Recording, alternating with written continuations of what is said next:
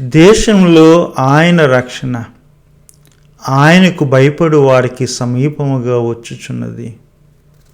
కృపాసత్యాలు కలుసుకుంటాయి, నీతి సమాధానాలు ముద్దాడుతాయి.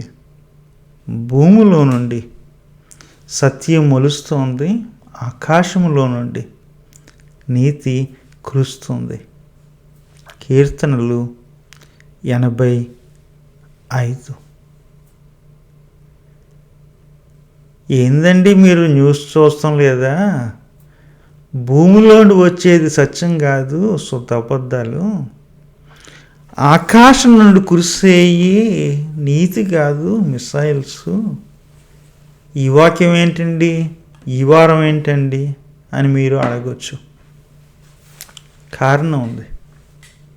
అదే కారణం ఏంటంటే భూమి నుండి పుడుతున్నాయి శుద్ధ అబద్ధాలు, ఆకాశం నుండి పడుతున్నాయి బాంబులు, మిసైళ్ళు. 6 రోజులుగా మిడిల్ ఈస్ట్లోనే కాదు, చుట్టుపక్కల చాలా చోట్ల యుద్ధాలు. ఇది ఆల్రెడీ వెనిజువాలాలో మొదలైంది, యుక్రెయిన్లో మొదలైంది, తర్వాత వేరే సుడాను అలాంటి ప్రాంతాల్లో జరుగుతున్నాయి. ఇది మరలా ఎందుకని కానీ నేను వేరే కీర్తనల గురించి ధ్యానిద్దాం అనుకున్నాను, కానీ ఈ 6 రోజులుగా ఈ మాటలు నా మనసులో అలాగుండిపోయినాయి. ఏంటి దేవా, ఆ రోజులు ఎప్పుడు వస్తాయి? కృపా సత్యములు కలుసుకునే రోజులు, నీతి సమాధానములు ముద్దాడుకునే రోజులు, భూమి నుండి సత్యము పుట్టే రోజులు, ఆకాశము నుండి నీతి కురిసే రోజులు. దాని గురించి మేము ఎంతకాలం వెయిట్ చేయాలి? ఈ 6 రోజులు అనగానే మీకు తెలుసు, చూస్తున్నారు, న్యూస్లో చూస్తున్నారు. చాలామంది ప్రయాణాల్లో ఉన్నవాళ్ళు ఎయిర్పోర్ట్లో దొరికిపోయారు. ఇంట్లో ఉన్న వాళ్ళేమో బేస్మెంట్లో దాక్కున్నారు. చాలామంది పిల్లలు తల్లిదండ్రులని పోగొట్టుకున్నారు, తల్లిదండ్రులు పిల్లలను పోగొట్టుకుంటున్నారు. ఇప్పుడు నష్టమే కాదు, భవిష్యత్తుకు కూడా నష్టమే ఇది. దాని గురించి నేను మీకు ఎక్కువ చెప్పనవసరం లేదు, మీకు తెలుసు. ఎవరో వాళ్ళ దేశాల్లో సమస్యలు ఉన్నాయని చెప్పి, రేటింగ్స్ పడిపోతున్నాయని చెప్పి, ప్రజాదరణ కొరకు పదవుల్లో కూర్చోడానికి, గొప్పతనానికి ఈ యుద్ధాలు ప్రారంభిస్తున్నారు. వాళ్ళు నష్టపోవడం లేదు. ఏ రీతిగాను ఈ యుద్ధాలకి సంబంధం లేక ఉన్న అమాయకులు నష్టపోతున్నారు. ఎవరో మీకు తెలియందేముంది? అటు ఇజ్రాయేలు, అమెరికా, ఇరాను, వాళ్ళతో పాటు ఈ యొక్క కంచిలో చాలామంది చిక్కుకున్నారు. చాలా దేశాలు చిక్కుకున్నాయి. ఎందుకు ఏమంటారంటే, మళ్ళీ దానికి అరాచకాలకి, యుద్ధాలకి, హింసకి, ఈ యొక్క రక్తపాతానికి మతమనే ముసుగేస్తున్నారు. మా గ్రంథాల్లో చెప్పారు, మా గ్రంథాల్లో ఉన్నాయి, అది నిజం అవుతుంది అని చెప్పేసి. ఒక మాట చెప్తాను, యుద్ధాలు మొదలెట్టిన వాళ్ళు, యుద్ధాల్లో ఉన్నవాళ్ళు, వాళ్ళకి మతం లేదు, దైవం లేదు. వాళ్ళకి నీతి లేదు, న్యాయం లేదు, కరుణ లేదు, కనికరం లేదు. కృపా వాత్సల్యాలంటే వాళ్ళకి అలర్జీ. నేనున్న దేశంలో ఒకడు ఉన్నాడు, కనీసం గుండె ఉండదు, నోరిపితే అబద్ధాలు. అందరికీ చర్చికి వెళ్ళమని చెప్తాడు కానీ చర్చికి వెళ్ళడు. చర్చికి తప్ప ఎక్కడికైనా వెళ్తాడు. వాక్యం చదువుతాడంటే చదవడు. యేసయ్య చెప్పింది ఏది చేయడు. ఇప్పుడు ఏమంటున్నారంటే ఇది దేవుని కొరకు చేస్తున్న యుద్ధం. ఒక మాట చెప్తాను, దేవుడి కొరకు ఎవరు ఏ యుద్ధాలు చేయనవసరం లేదు. విన్నారు కదా, ఇది మతం ముసుగులో వాళ్ళు చేస్తున్నటువంటి పనికిమాలిన మాయలు. ఎందుకు ఇంత నిర్మోహమాటంగా మాట్లాడుతున్నాను అంటే, చాలామంది క్రైస్తవులు మన దేశంలో ఏమనుకుంటున్నారు అంటే, మన తెలుగు వాళ్ళు ఏమనుకుంటున్నారంటే, ఇది దేవుడి కొరకు ఎవరో ఉద్ధరించున్నారు అనుకుంటున్నారు. కాదు, ఎక్కడో బైబిల్లో కొన్ని ప్రవచనాలు ఉన్నాయి, ఆ ప్రవచనాలు ఈ దెబ్బతో నిజమైపోతున్నాయి అనుకుంటున్నారు. కాదు, స్పష్టంగా చెప్తున్నాను, ఇది దేవుని కొరకు కార్యం కాదు, ఇది దేవుని యొక్క కార్యం కాదు. దేవుని కార్యం జరిగినప్పుడు, దేవుని యొక్క రక్షణ సమీపమైనప్పుడు మనకి ఎదురయ్యేది ఏంటి అంటే కృపాసత్యం, నీతి, సమాధానం. ఈ యుద్ధం స్టార్ట్ అవ్వకముందు క్రికెట్ మ్యాచ్లా కొంతమంది బెట్టింగ్ చేశారు, స్టార్ట్ అవుతుందో లేదా, ఈ రోజు స్టార్ట్ అవుతుంది అని చెప్పేసి. అంటే ఇదేనా కోళ్ళు పందాలా, వీడియో గేమ్సా? ఈ యుద్ధం స్టార్ట్ అయిన తర్వాత చాలామంది మన తెలుగు క్రైస్తవుల యొక్క ఫేస్బుక్లో వాక్యాలు పెడుతున్నారు. ఇదేనా కోడి పందాలా, వీడియో గేమ్సా? ఆ నష్టం, ఆ కష్టం మనకు తెలియక మనసుకు వచ్చింది ఆలోచిస్తున్నాము, నోటుకొచ్చింది మనం సోషల్ మీడియాలో పెడుతున్నాం. జాగ్రత్త, బాధే. ఏ మనిషికి వచ్చిన బాధ మనకే, మన బాధే. జాగ్రత్త. దేవుని కార్యానికి గుర్తులు ఏంటి అంటే కృప, సత్యం, నీతి, సమాధానం. రక్షణ సమీపంగా వస్తుంది అంటున్నాడు కీర్తనాకారుడు 85వ కీర్తనలో. రక్షణ సమీపంగా వస్తే దేశం ఎలాగుంటుంది? కొన్ని దేశాలు చూసి మనం ఏమనుకుంటామంటే, ఇదిగో ఇది క్రైస్తవ దేశం, ఇది యూదుల దేశం. బైబిల్ ప్రకారం ఇటు మొదటి నిబంధనలోనూ క్రొత్త నిబంధనలోనూ రక్షణ సమీపంగా వచ్చినప్పుడు స్పష్టంగా ఉంది. అక్కడ ఏం కనబడతాయి? కృపాసత్యం, నీతి, సమాధానాలు కనబడతాయి.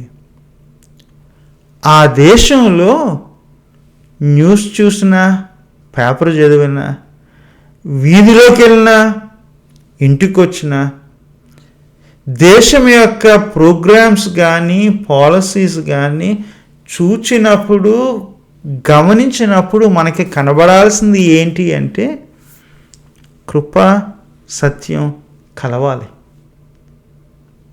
నీతి, సమాధానం ముద్దాడాలి. ఆ దేశం భూమిలోండి పుట్టాల్సింది సత్యం, ఆకాశం నుండి పడాల్సింది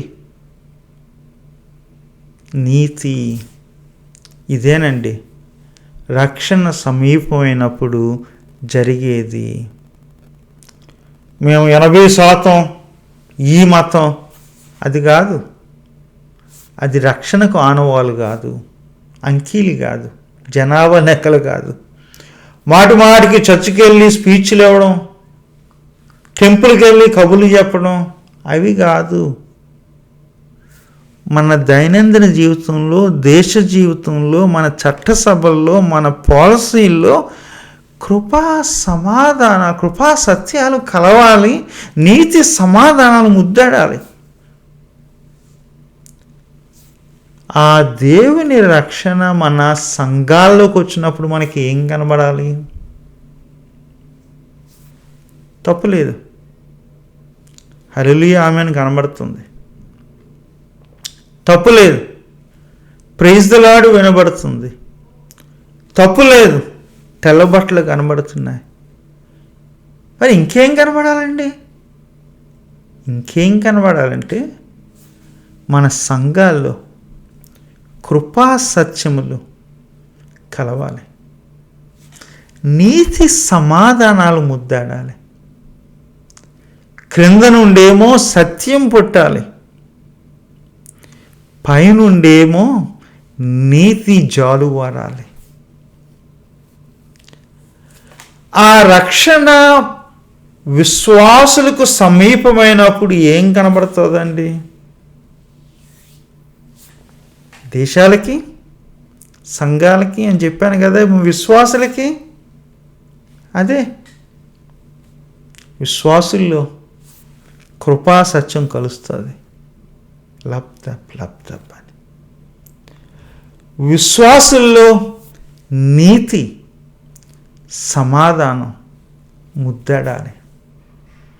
మన బ్రతుకుల్లో కృపా సత్యము, నీతి సమాధానము ప్రజలకు కనబడాలి. రక్షణ సమీపమైనప్పుడు మనలో ప్రజలు చూసేవి ఇవే. కారణం మనం నమ్మిన యేసయ్య.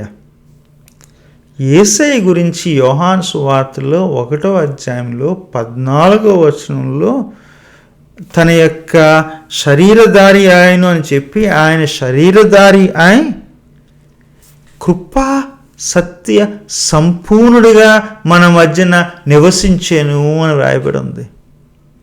నిజమేనండి. కృపకి సత్యానికి శరీరాన్ని ఇస్తే అది ఆయనే.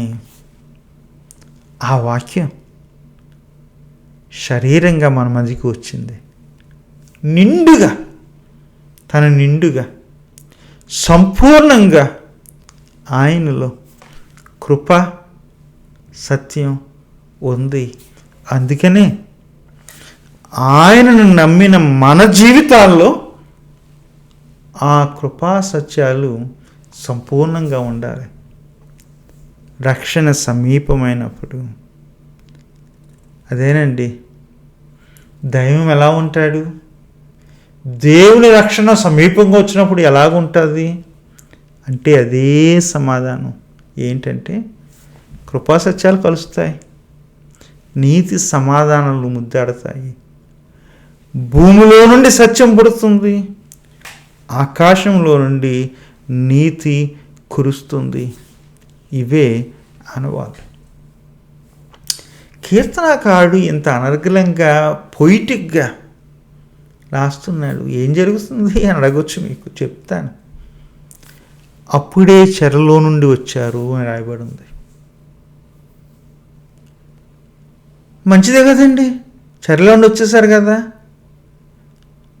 అని అనుకోవచ్చు. ఒక్కోసారి చెరలో నుండి రావడం కష్టమేనండి. చెప్తాను ఎగ్జాంపుల్స్. నేను చెప్పాను కదా, కొంతకాలం చెరసాలలో పనిచేసేవాడిని.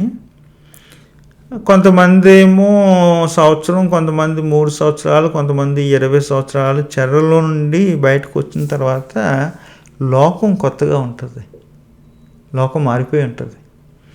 ఒకటి వాళ్ళ కళ్ళు మారడం కాదు, లోకం మారిపోయింది. తిరిగి వెళ్ళిన తర్వాత సొంతూరు వెళ్తారు, అక్కడ బస్సు దిగుతారో కారు దిగుతారో ఎవరిని దేబెడతారో ఎదుకుంటూ వెళ్తారు. ఇల్లులా ఉండదు. గతంలో ఎవరిని వదిలిపెట్టారో వాళ్ళు ఉండరు, ఎవరి మట్టుకు వాళ్ళు వాళ్ళ జీవితంలో ముందుకెళ్ళిపోయారు. అమ్మా నాన్న లేకపోవచ్చు, ఆరోగ్యాలతో ఉండకపోవచ్చు.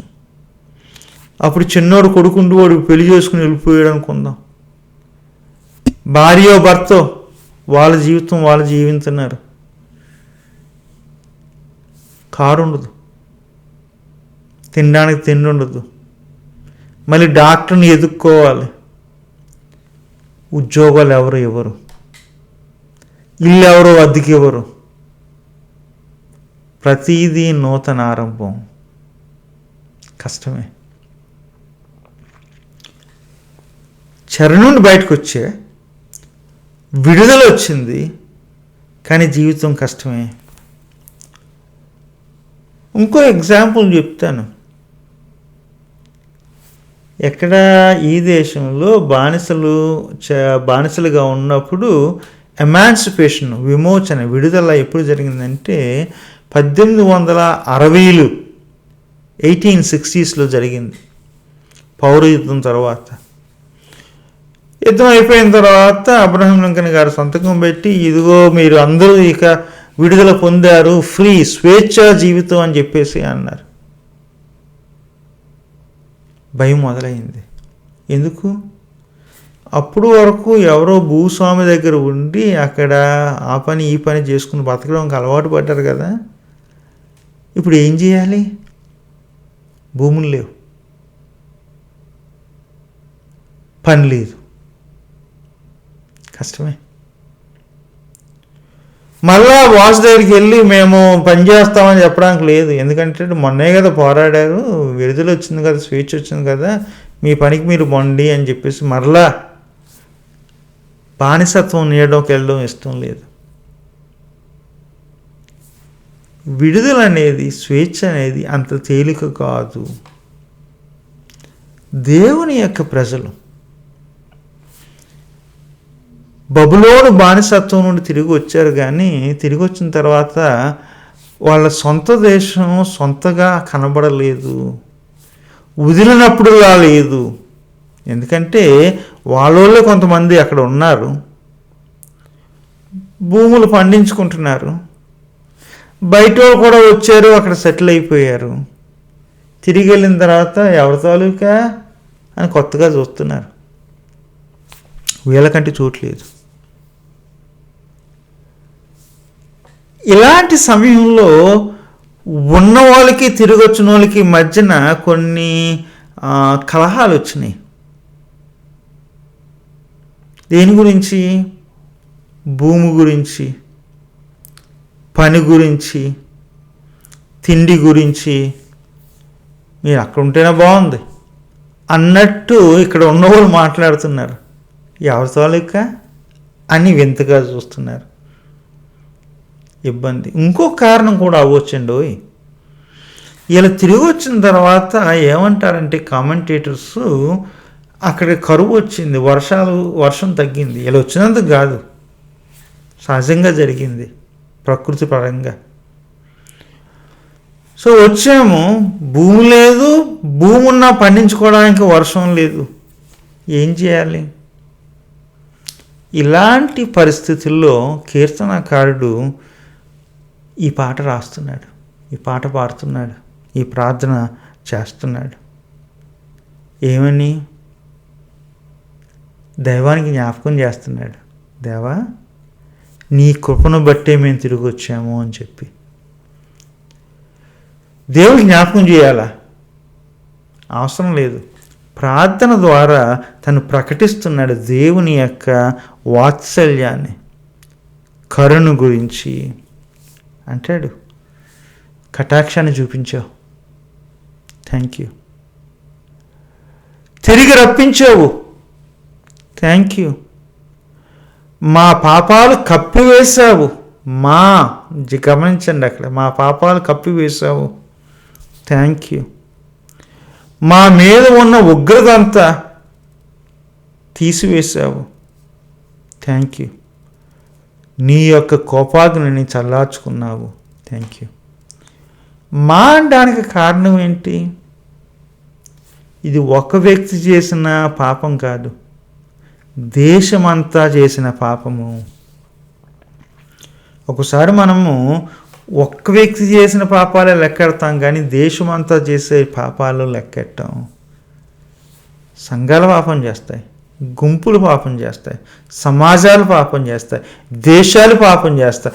ఇశ్రాయేలు జనము ఎప్పటికప్పుడు దేశంగా పాపం చేసేవారు. అందుకనే దైవం ప్రవక్తలను పంపించి, ఇదిగో దారి తప్పారు, అవిధేయులారా, నిబంధనను వదిలేశారు, ధర్మాన్ని వదిలేశారు, అన్యాయానికి అలవాటు పడ్డారు, పేదోళ్ళు మీరు దోచుకు తింటున్నారు, విగ్రహారాలను ఆరాధిస్తున్నారు అని దేశాన్నంతా తిరిగి పిలాల్సి వచ్చింది. ఒక మాట చెప్తాను, అప్పుడు వాళ్ళు, ఇప్పుడు మన దేశాలుగా పాపం చేస్తున్నాయి.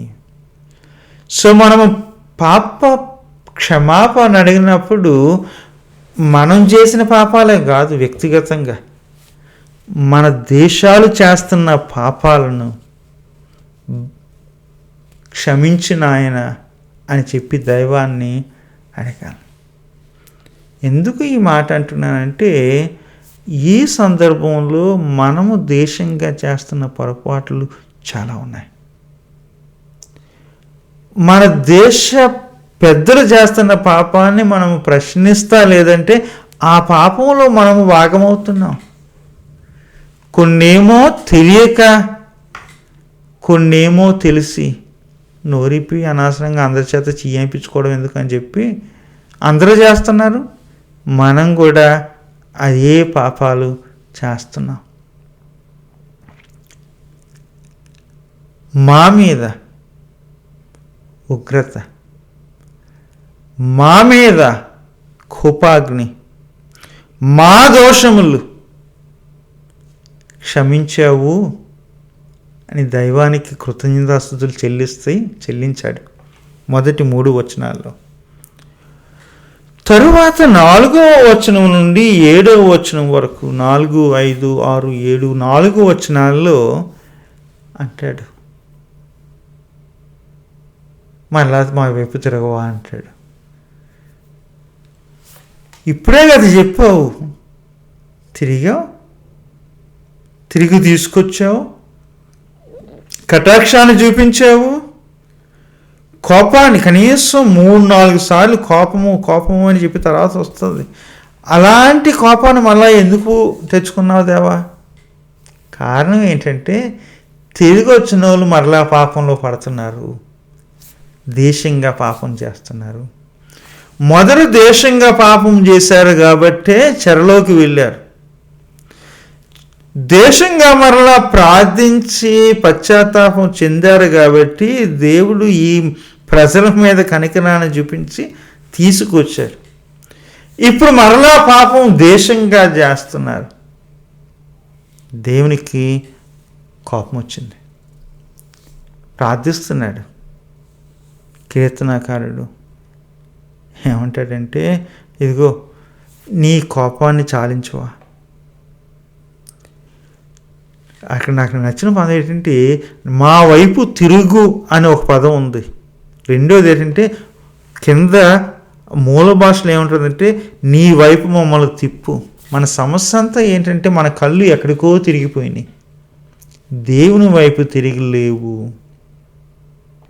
అదే సమస్య, పెద్ద సమస్య. మా వైపు తిరిగాయా, మమ్మల్ని నీ వైపు తిప్పు,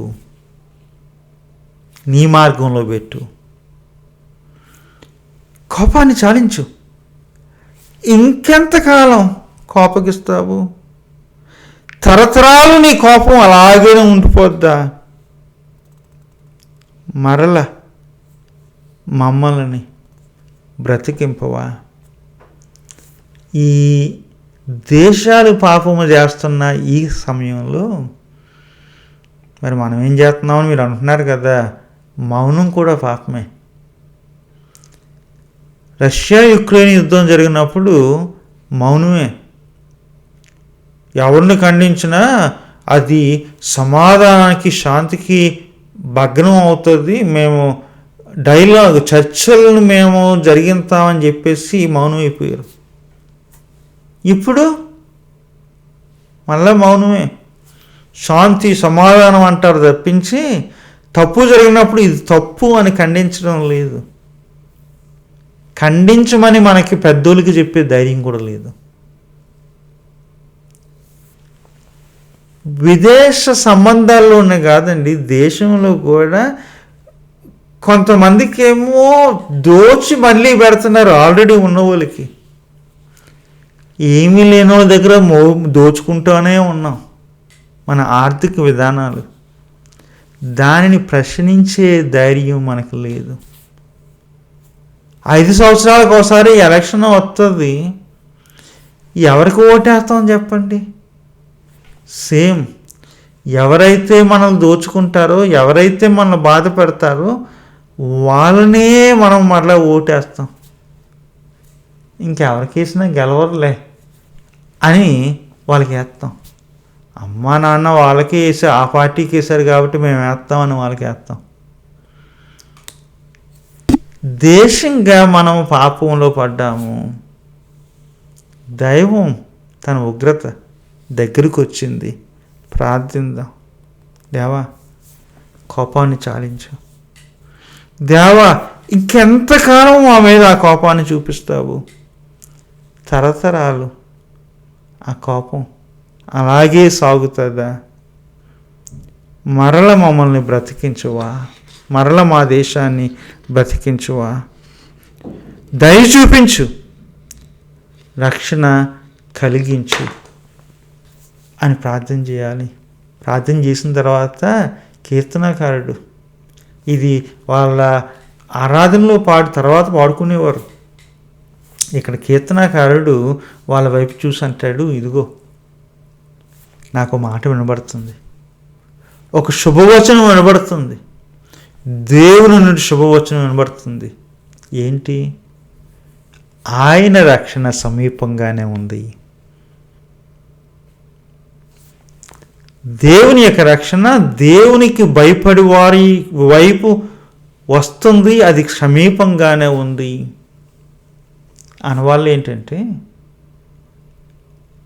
కృపాసత్యాలు కలుసుకుంటాయి, నీతి సమాధానాలు ఒకరినొకరు ముద్దాడుకుంటాయి, భూమిలో నుండి సత్యం వస్తుంది, ఆకాశంలో నుండి నీతి కురుస్తుంది. ఆ రోజులు వస్తున్నాయి. మన ప్రార్థన దైవం వినాలని, ఆ నిరీక్షణ మన జీవితాల్లో నిజం కావాలని కోరుతున్నాను. ముగిస్తున్నాను. ఉంటాను మరి. సెలవు.